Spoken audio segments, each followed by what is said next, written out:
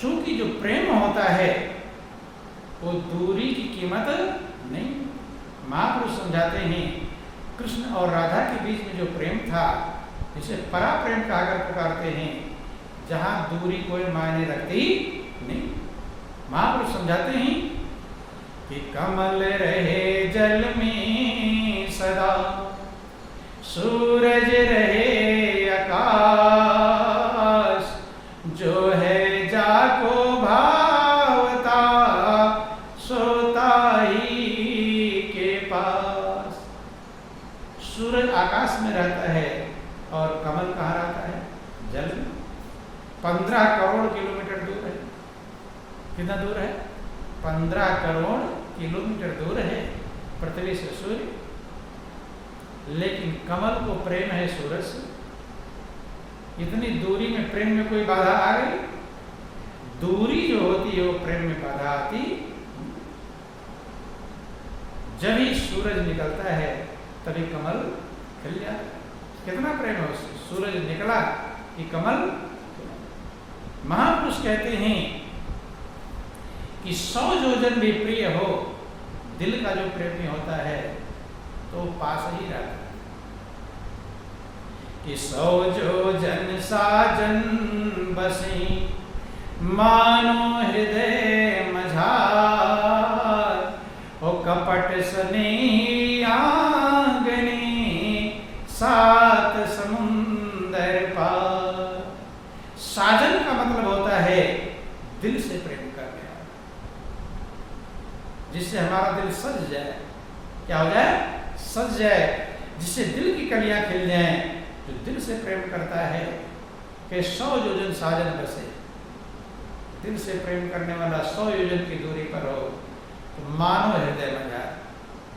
क्या कहते हैं कि ऐसे ऐसे हृदय में ही मौजूद है। और कपट से नहीं आंगन, कपट से प्रेम करने वाला आंगन में ही रहे तो 7 समुंदर पार। तो 7 समुंदर पार दूर नजर आता है। तो इसलिए भगवान कृष्ण और राधा का जो प्रेम था परा प्रेम था, जहां दूरी कोई मायने रखती नहीं। गौर करके विचार कर लेना। ऐसी समस्याएं आई कि कृष्ण मथुरा रह भी नहीं पाए।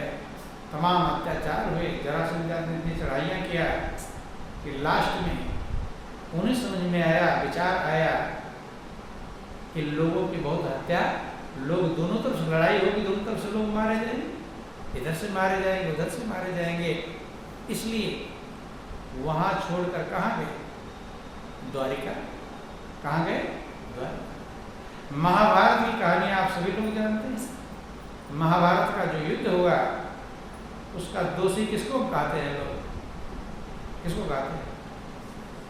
लोग कहते हैं कृष्ण ने युद्ध करवाया था। क्या कहते हैं? कृष्ण भगवान ने युद्ध करवाया था। जबकि भगवान कृष्ण ने शांति के लिए खुद शांति दूत बनकर गए थे। युद्ध अगर करवाना होता तो शांति दूत बनकर क्यों जाते? दुर्योधन के पास गए थे कि भाई 5 पांडव हैं, चलो पूरा राज्य तुम ले लो। एक पांडव को एक गांव दे दो, 5 गांव दे दो, तो तुम्हारे सैकड़ों हजारों गांव हैं, राजा हो। एक एक गांव दे दो, अपना अपने बच्चों बाल बच्चों का परिवार का पालन कर ली। शांति दूत बनकर कौन गए? खुद भगवान कृष्ण गए थे शांति दूत बनकर के। लेकिन दुर्योधन ने क्या कहा था कि बिना युद्ध के सुई के नोक रखने बराबर भी जमीन नहीं मिलेगी। सुई जहां नोक रखते हैं ना, कितना कम जमीन होगी। इतनी भी जमीन लेने के लिए क्या करना पड़ेगा? युद्ध करना पड़ेगा। तो कृष्ण ने युद्ध करवाया या दुर्योधन ने करवाया? लेकिन लोग क्या कहते हैं? कृष्ण गांधारी जो कौरवों की माँ थी, जब सब कौरव मारे गए तो गांधारी कहती कृष्ण तूने मेरे बेटों को मार दिया। क्या कर दिया? मेरा कुल खानदान, अर्थात सारा दोष बढ़ा गया किसके ऊपर? कृष्ण के ऊपर। ये सारी समस्याएं झेलते रहे, लेकिन भगवान कृष्ण को कभी अपने रोते हुए देखा? बेचैन देखा, हमेशा मुस्कुराते, बंसी बजाते हैं। क्या बजाते हैं? इधर झंझट इतने हैं और उधर क्या बज रही है? बंसी। द्वारका भी जाते हैं, किस लिए गए थे? ताकि वहां शांति से रहेंगे, लेकिन वहां भी शांति, वहां भी तमाम समस्याएं हैं।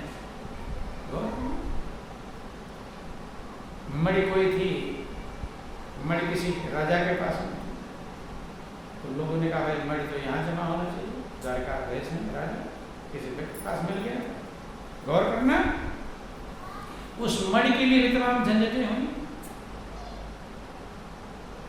और वो मणि को अपने गले में बांध कर रखने का, पता चला शेर उसको खा गया नहीं, और दोष किस पर आ गया? कृष्ण पर। किस पर आया? कि कृष्ण ने मणि के चक्कर में ही इसे मरवा डाला। उसको भी सिद्ध करने के लिए उन्हें जाना पड़ा, ढूंढा, पता लगाया कहाँ है, किसने मारा, प्रमाण देना पड़ा कि मैंने मरवाया नहीं, ना मारा। निष्कर्ष निकला कि शेर उसे खा गया।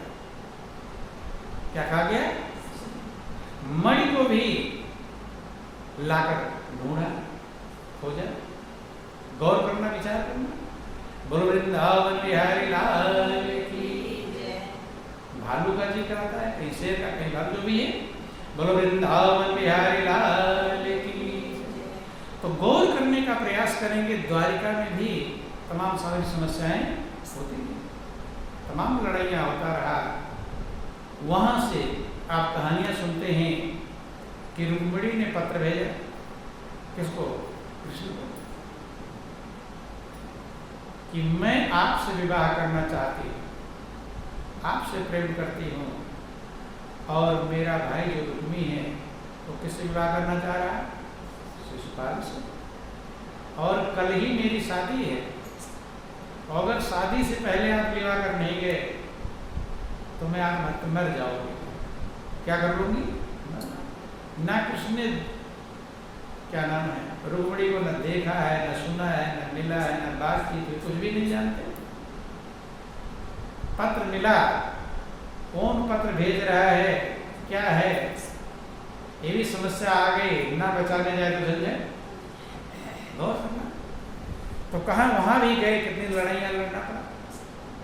तो विचार करने का प्रयास करेंगे। जिंदगी भर कष्ट में रहा, समस्याएं खत्म नहीं होती थी, एक के बाद एक के बाद एक। लेकिन कृष्ण हमेशा मुस्कुराते ही रहे और बंसी बजाते। बंसी बजाने का मतलब क्या है? प्रसन्न रहना। बंसी बजाने का मतलब प्रसन्न रहना।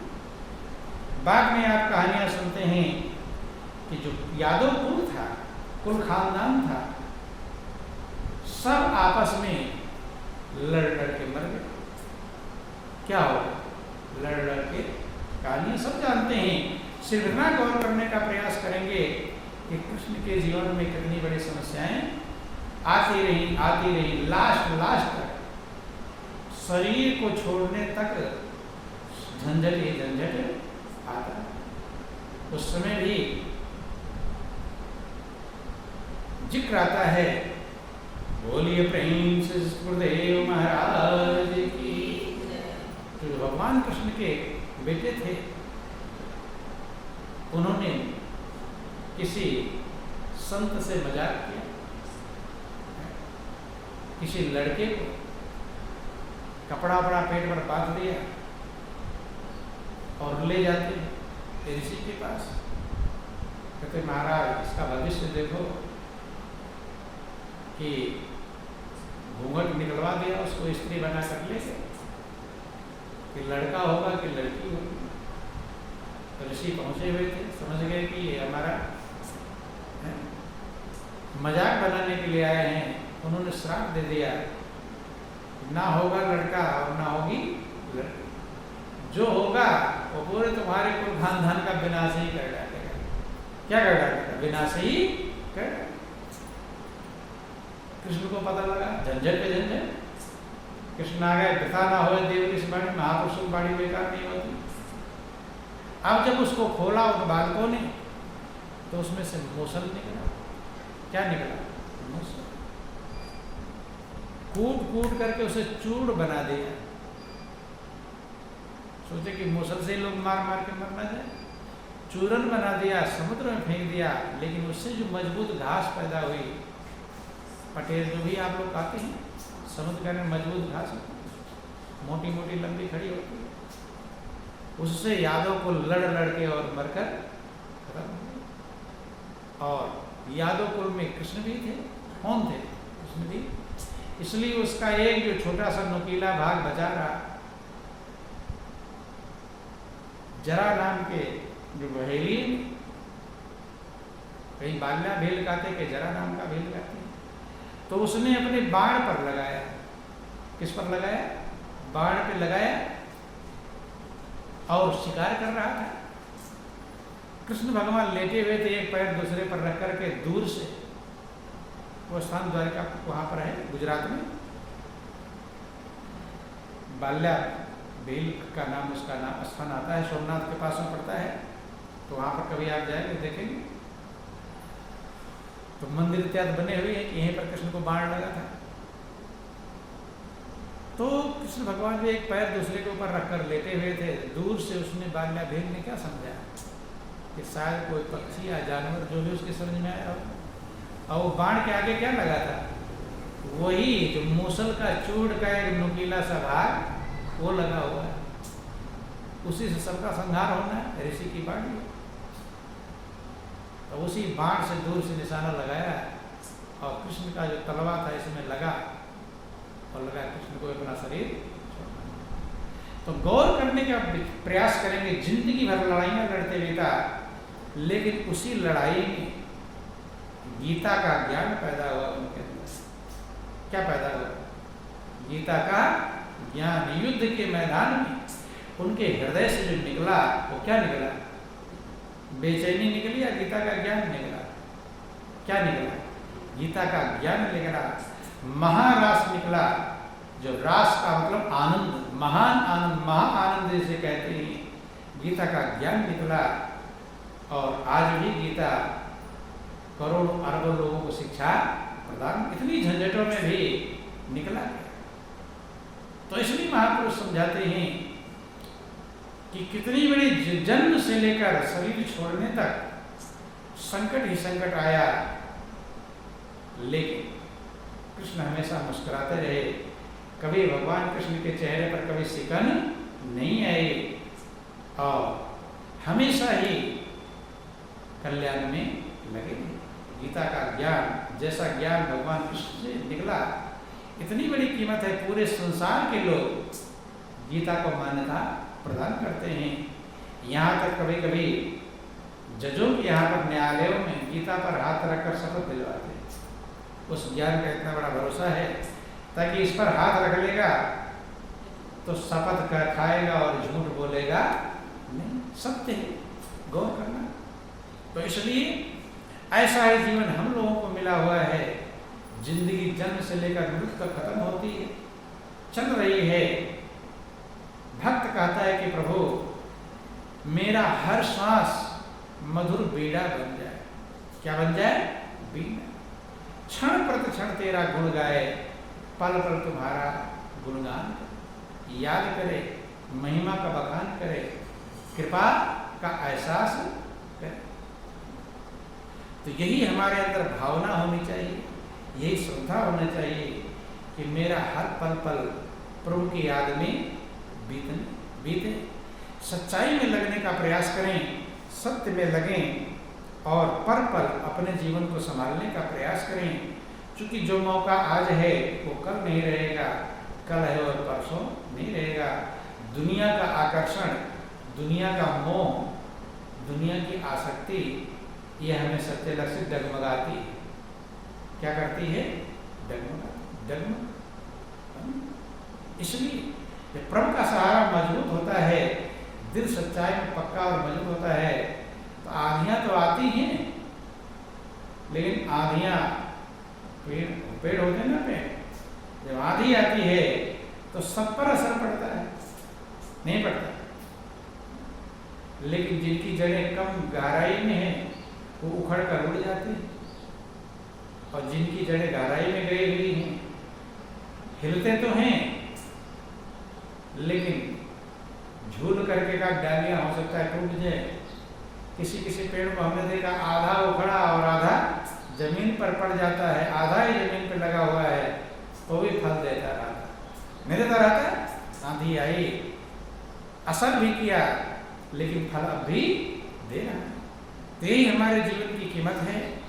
जितना संभाल पावे संभालें, और जितना उस सत्य में मालिक की याद में, जिसने हमें जीवन दिया, जो हमारे श्वासों का संचालन कर रहा है, पल पल संभाल रहा है, उसमें अपने मन को लगाने का प्रयास करें।